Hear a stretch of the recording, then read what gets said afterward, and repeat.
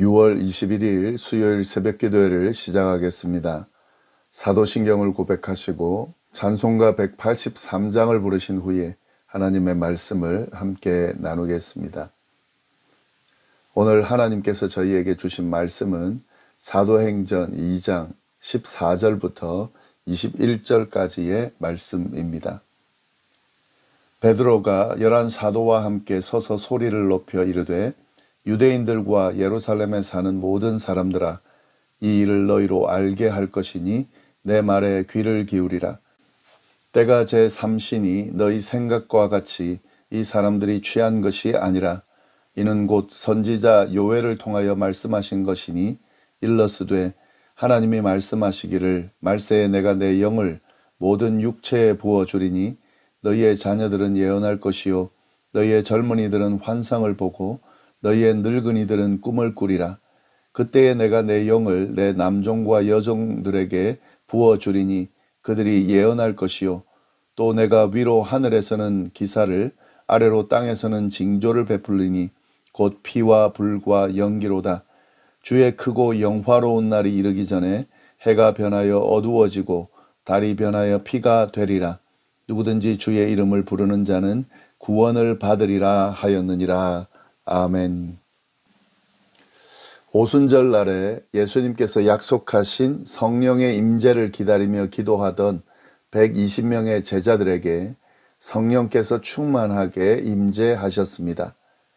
이 오순절 성령의 임재를 통해 신앙 공동체인 교회가 시작되었고 그 교회를 통해 복음이 전파되기 시작하였습니다. 성령의 임재로 인해서 나타난 첫 현상은 제자들이 방언으로 기도하기 시작했다 하는 것입니다.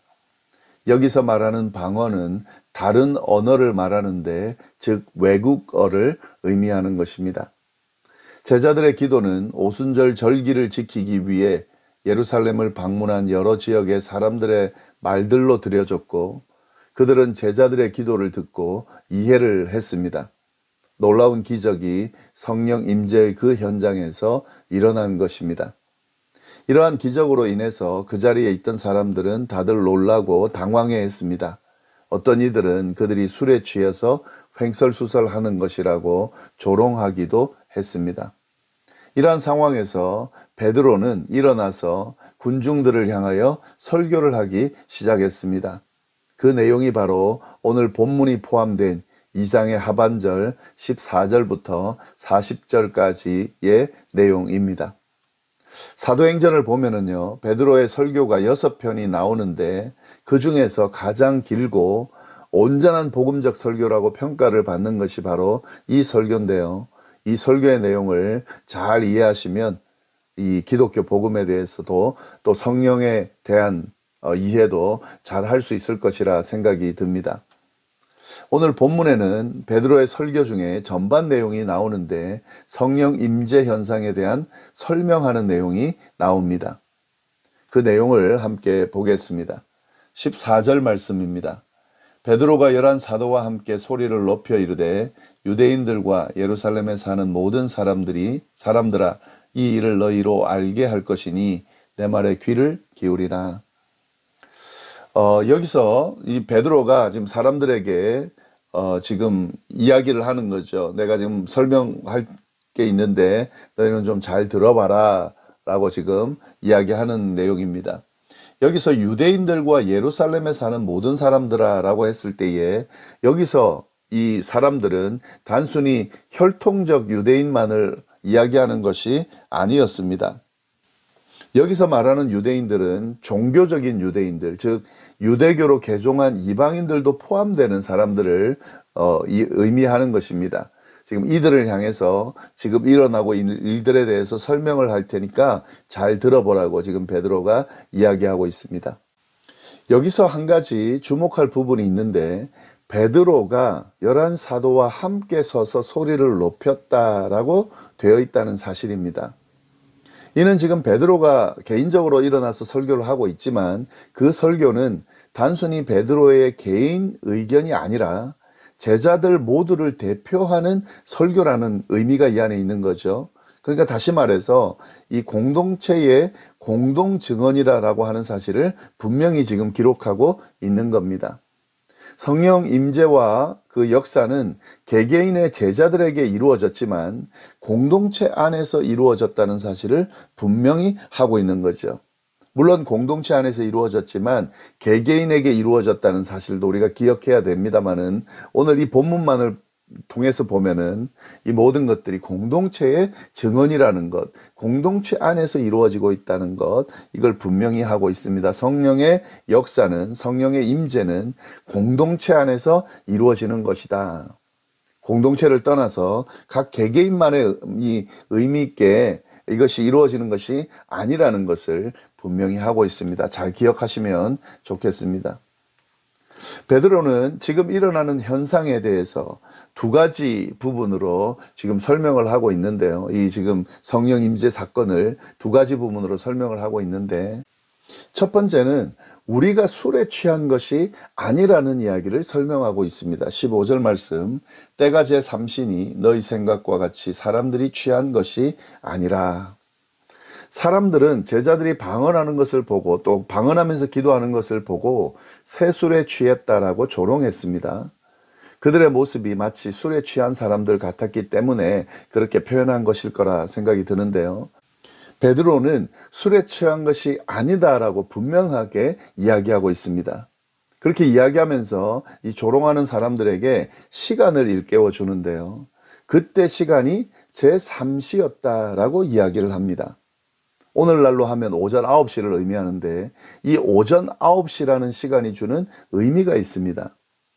지금 이 날은 오순절 절기날이었죠. 다시 말해서 이 오순절 절기라는 것은 안식일처럼 지켜지는 그런 날을 의미합니다. 그날은 노동해서는 안 되는 날이고 안식일과 똑같이 그 토요일 안식일이 아니어도 안식일과 똑같은 의미로 이 날이 지켜졌습니다. 랍비들의 문헌에 따르면은요, 유대인들은 안식일에는 4시, 즉 오전 10시가 되어서야 아침 식사를 했습니다. 이게 일반적이라는 거죠. 보통 포도주를 마신다라고 하면 식사와 곁들여서 마시게 됩니다. 그냥 포도주만 마시는 사람들이 물론 있었겠지만 일반적으로 이 유대인들이 포도주를 마신다라고 하면 식사와 함께 포도주를 마시는, 음료처럼 마시는 그런 분위기였기 때문에요. 아침 식사 전이다라고 하면 이건 어떤 의미입니까? 술을 입에 대지 않았다는 것을 의미하는 겁니다. 지금이 3시다, 3시다 라고 한다는 것은 아침 식사 전이다라는 의미고, 아침 식사 전이기 때문에 우리가 술에 취하지 않았다, 술을 입에 대지 않았다라는 이야기를 하는 거죠. 이것은 유대인들의 일반적인 풍습이기 때문에 지금 다들 다 알고 있을 거기 때문에 베드로가 이렇게 3시다라고 시간을 상기시키는 것만으로도 술에 취한 것이 아니라는 것이 분명하게 설명되어지는 거죠. 술에 취한 현상은 아니다, 이렇게 설명을 하는 겁니다. 자, 그러면 술에 취한 것이 아니면 뭔가?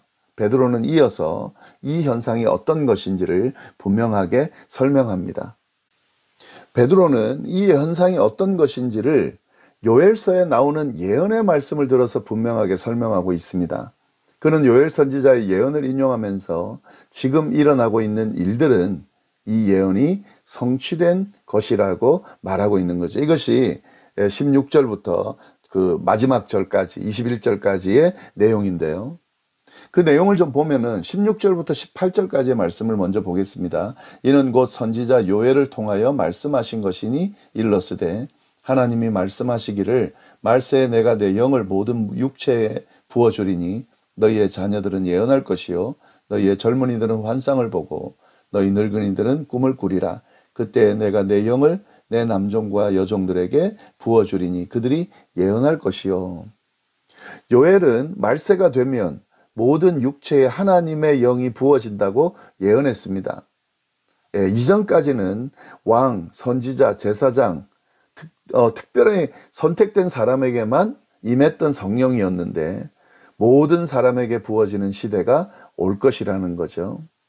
자녀와 젊은이, 늙은이, 남종, 여종들 이런 언급되고 있는데요. 이 성령이, 하나님의 영이 남녀노소, 빈부귀천을 구분하지 않고 일어날 것이라는 것을 이야기하고 있는 겁니다. 부어주신다라는 이 표현 안에도 차별 없이 모든 사람들에게 임할 것이다 라는 것을 드러내는 건데, 베드로는 이 요엘의 말씀, 예언의 말씀, 말세가 되면, 어느 때가 되면 하나님의 영이 부어질 것이다. 그리고 그 하나님의 영은 특별하게 선택된 사람에게만 부어지던 시대가 아니라, 그렇게 부어지는 것이 아니라 모든 사람의 남녀노소 빈부교청 구분하지 않고 부어질 것이다. 차별 없이 임할 것이다 라고, 그 예언의 말씀이 그런 의미다라고 설명하고 있는 거죠. 또 19절부터 20절까지 말씀도 보면은요, 또 내가 위로 하늘에는 기사를, 아래로 땅에서는 징조를 베풀리니 곧 피와 불과 연기로다. 주의 크고 영화로운 날이 이르기 전에 해가 변하여 어두워지고 달이 변하여 피가 되리라.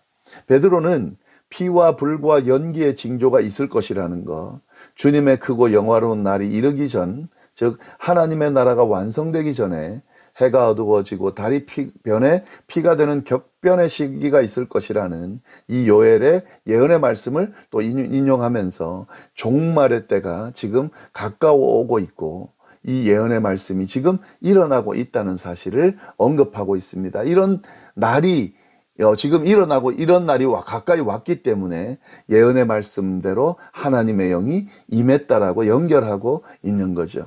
예수님의 십자가와 부활, 그리고 승천하심과 성령의 임재, 이 모든 과정이 예언이 성취되는 과정이고, 그리고 이 예언이 성취되는 과정이라는 것은 말세가 임하고 있다는 건데, 곧 하나님의 심판이 임할 것이라고 베드로는 선언하고 있는 겁니다.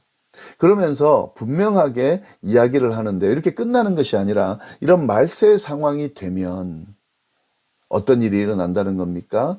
누구든지 주의 이름을 부르는 자는 구원을 얻을 것이다 라고 하는 이 복음의 말씀도 분명하게 선포하고 있습니다. 21절 말씀인데요, 누구든지 주의 이름을 부르는 자는 구원을 받으리라 하였느니라. 누구든지 주의 이름을 부르는 자는 구원을 얻을 것이다. 복음의 핵심을 이야기하고 있는 거죠. 예. 이 성령 임재 사건 안에 담겨져 있는 이 의미, 복음의 의미, 이 복음의 핵심의 내용도 포함되어 있다고 지금 베드로가 설명하고 있는 겁니다. 오순절 성령 강림 사건에 대한 이 베드로의 설명을 통해서 우리는 성령 강림을 통해 어떤 일이 일어났는지를 분명하게 알 수가 있습니다. 성령 임재를 통해서 예언의 말씀이 성취되었다라고 하는 사실, 하나님의 영이 차별 없이 모든 이들에게 부어졌다는 사실, 종말의 때가 가까워지고 하나님의 심판이 임할 것입니다 라는 사실, 그러나 임하지만 누구든지 주의 이름을 부르는 자는 구원을 얻게 될 것이다 라고 하는 사실을 베드로의 이 설명을 통해서 우리가 깨달을 수 있다 하는 거죠. 성령 임재 사건은 이러한 의미가 담겨져 있습니다.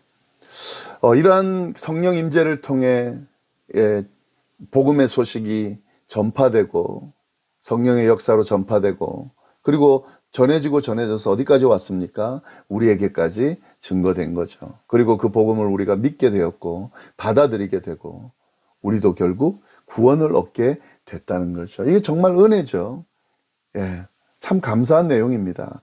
이러한 은혜를 허락하신 하나님 앞에 우리가 늘 감사하는 마음으로 살아야 되는 이유가 여기에 있습니다. 이러한 성령의 역사는 아직도 멈추지 않았죠. 끝나지 않았습니다. 계속되고 있습니다. 그 성령의 역사를 통해 복음도 지금 계속 전파되고 있습니다. 이 성령의 역사가 계속되고 있다면 우리도 이 성령의 역사 안으로 들어가서 이 성령의 역사의 도구로 사용되어져야 될 또 우리의 책임이, 또 역할이, 의무가 우리에게 있다는 사실도 깨달을 수 있기를 바랍니다. 이 성령의 역사, 복음의 전파가 우리 한 분 한 분들을 통해서, 또 우리 교회를 통해서 계속 이루어질 수 있기를 간절히 바랍니다. 기도하겠습니다. 하나님 아버지, 감사합니다. 성령의 임재, 성령의 역사를 통해 주의 복된 소식이 선포되어지고 증거되어지고, 그리고 저희에게까지 임하고 저희도 믿게 되는 이 놀라운 역사, 이 사실을 다시 한번 말씀을 통해 주목하고 깨닫게 해주시니 감사합니다. 우리에게 베풀어 주신 이 은혜를 늘 기억하면서 감사하는 삶을 살게 하시고, 또 지금도 여전히 성령의 역사는 계속되고 있고 복음이 지금도 계속 전파되고 있다는 사실을 기억하면서 우리도 그 역사의 도구로 쓰여지는 그런 삶을 살아갈 수 있도록 인도하여 주옵소서. 오늘 하루도 그런 삶이 되기를 간절히 바라고 살아계신 예수님의 이름으로 기도드립니다. 아멘.